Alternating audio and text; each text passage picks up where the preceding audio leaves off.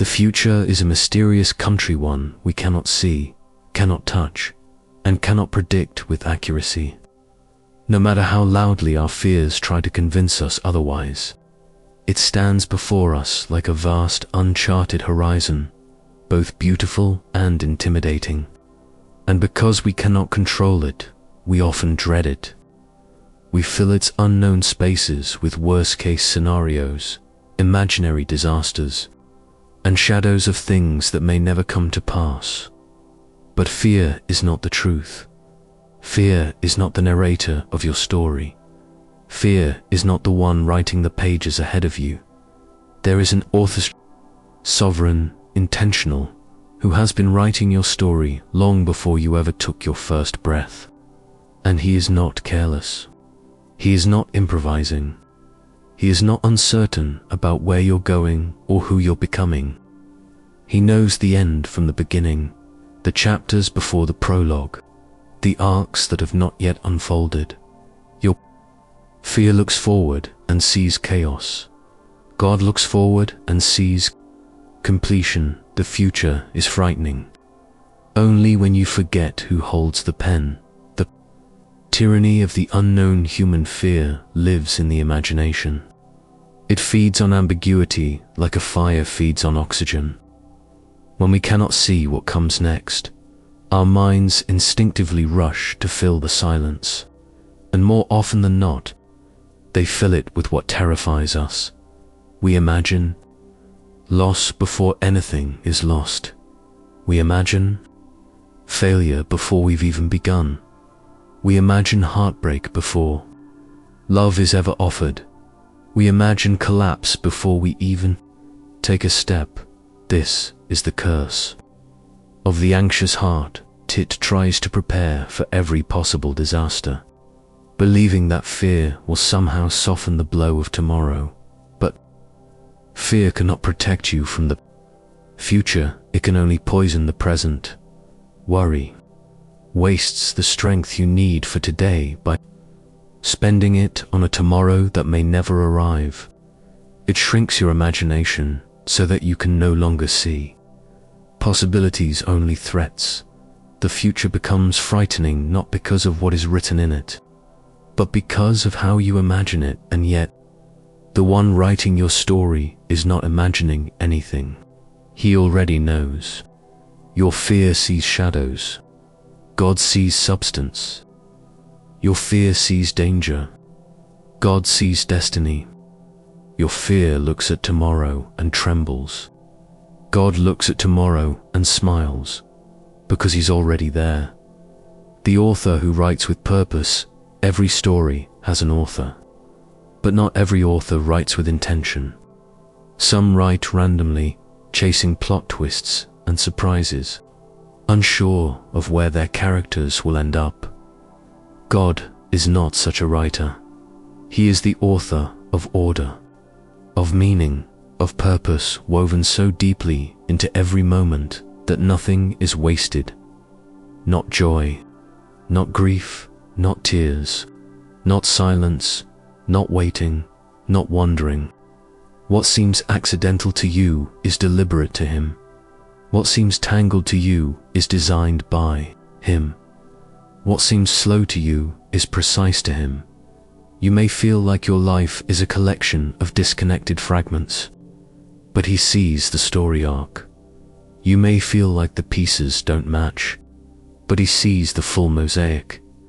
You may feel like you've taken too many detours, but he sees the path clear, intentional, structured by a wisdom older than time itself. No author writes a book hoping the characters will figure things out on their own. The plot is guided. The tension is purposeful. The resolution is built in. Nothing in your future is a surprise to the one who created it. Your next chapter is not being drafted, it is already known. The illusion of control and the fear it breeds of the greatest sources of anxiety is the belief that we are responsible for controlling what comes next. Control comforts us. Uncertainty frightens us. So we cling to the illusion that if we think hard enough, plan enough, worry enough, or prepare enough, we can make the future behave. But the truth is simple and liberating. You cannot control the future. You were never meant to, and because you were never meant to, you don't need to. Fear grows when you try to carry a weight that was never yours to bear. Control is heavy. Sovereignty is heavier. But trust is light. Trust frees you from believing that tomorrow depends on your ability to manage it. You don't have to know the next chapter because you know the one writing it. You don't have to predict the ending because he'd already finished it. You don't have to fear the twists because his hands are steady at every turn. Author does not ask you to write the future. He asks you to trust him with it. The strange mercy of unrevealed chapters. You want to see what's ahead. You think that knowing would bring peace.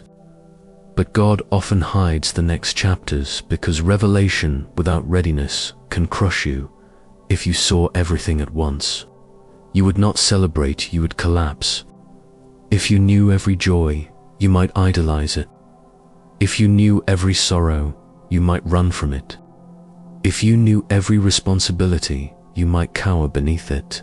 So God reveals your future gradually, not to torment you, but to protect you, like a teacher who hands out lessons one at a time, like a gardener who waters seeds before they sprout, like a good father who gives only the portion his child can carry. God reveals each moment in its proper time. This is mercy disguised as mystery. The future is not hidden because God is cruel. It is hidden because he is kind. Faith is not knowing. It is trusting. Faith grows strongest not when the path is clear, but when it is completely obscured. The absence of answers is the environment where faith breathes. God does not ask you to understand his plan. He asks you to trust his character. Understanding requires clarity. Trust requires surrender. Faith says, I don't know what comes next, but I know who does. I don't see the way forward, but I see his faithfulness behind me. I don't know the ending, but I know the author, and he has never failed. The future is not frightening when you trust the one shaping it. The gift hidden inside fear. Fear is not always the enemy. Sometimes fear is the invitation. Fear exposes where you are trying to be God. Fear reveals what you have not surrendered. Fear shows you which chapters you are afraid to hand over to the author. Your fear highlights where God wants to deepen your trust. Fear becomes a compass, pointing to the exact places God wants to strengthen you. Not punish you, not shame you, develop you. Every place you fear tomorrow is the place God wants to enter today. When you run ahead of the story, we rush the future because we assume the present is insufficient. We sprint toward chapters we aren't prepared for, demanding arrival before the foundation is laid. We want outcomes without process, blessings without refinement, answers without patience. But when you rush the future, you rush past the character you were meant to gain through the waiting. God is not slow, you are simply early. You're standing on page 50, asking for page 200, not realizing that everything you need for page 200 happens between 51 and 199. Trust doesn't grow by skipping chapters, it grows by staying in them. God's faithfulness in your past is proof for your future. You're afraid of tomorrow. Look at yesterday. Look at the catastrophes that never happened. Look at the storms you thought would drown you, but didn't. Look at the heartbreak you thought would destroy you, yet you survived. Look at the prayers answered in ways better than your expectations. Look at the burdens you thought you'd never carry, Yet here you stand stronger, deeper, more resilient. Your past is a museum of His faithfulness. Your future will be no different. The God who carried you here will not abandon you there. Not now. Not ever. The future God writes is always redemptive even when you face pain, loss, or disappointment. The author is weaving redemption through every line. He does not write tragedy without purpose. He does not write tears without transformation. He does not allow loss without planting something deeper in its place. God does not waste pain. He uses it, shapes it, redeems it. Where you see brokenness, He sees beginning. Where you see delay, He sees preparation. Where you see dead ends, He sees divine rerouting. You may not understand the chapter you're in, but the author always writes with the end in mind. Learning to live one page at a time. When you stop fearing the future, you begin to live more fully in the present. Anxiety steals today by dragging your imagination into tomorrow. But trust invites you to inhabit the moment you're in, to notice grace, to appreciate simplicity, to breathe, to be. Life becomes richer when you stop reading. Ahead, you begin to savor conversations instead of rushing them. You begin to appreciate progress.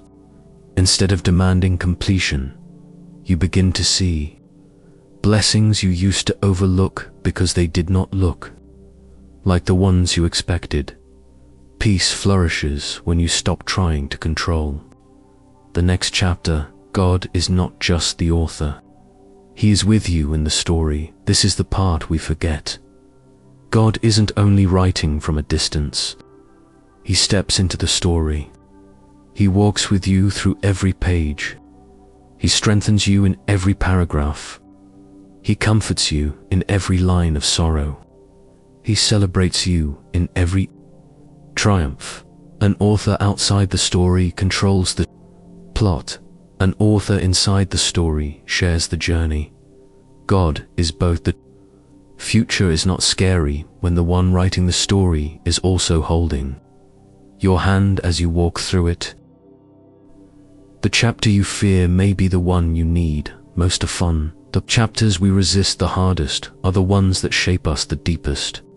Growth rarely comes from comfort. Development rarely comes from ease. Breakthrough rarely comes from predictability. The chapter you fear may be the chapter that strengthens you, redefines you, frees you, or awakens you. It may be the chapter that reveals who God truly is, not just who you assumed Him to be. Your life's most important turning points often begin in the places you wished you didn't have to walk through. The unknown is not a threat. Invitation. Trusting the author means surrendering the pen at some point. You must decide. Will you keep trying to write your own story, gripping the pen with white-knuckled fear, rewriting drafts filled with anxiety, imagining disasters on every page? Or will you hand the pen back to the author who sees what you cannot? Surrender is not giving up. It is giving over. It is returning control to the only one qualified to hold it. You don't surrender because the future is dark. You surrender because the author is good. The freedom of a life without fear of tomorrow. When you finally release the future to God, everything changes. You breathe easier. You sleep deeper. You walk steadier. You dream freely. You love boldly. You live fully. You stop rehearsing tragedies that never happen. You stop bracing for storms that never come. You stop letting anxiety steal the joy of days that are perfectly peaceful. Instead, you begin to trust that whatever comes, God is already there, preparing, guiding, sustaining, redeeming. Freedom is not the absence of uncertainty. Freedom is the presence of trust. The final truth. The author is faithful to the end. Your story is not spiraling out of control. Your future is not hanging by a thread.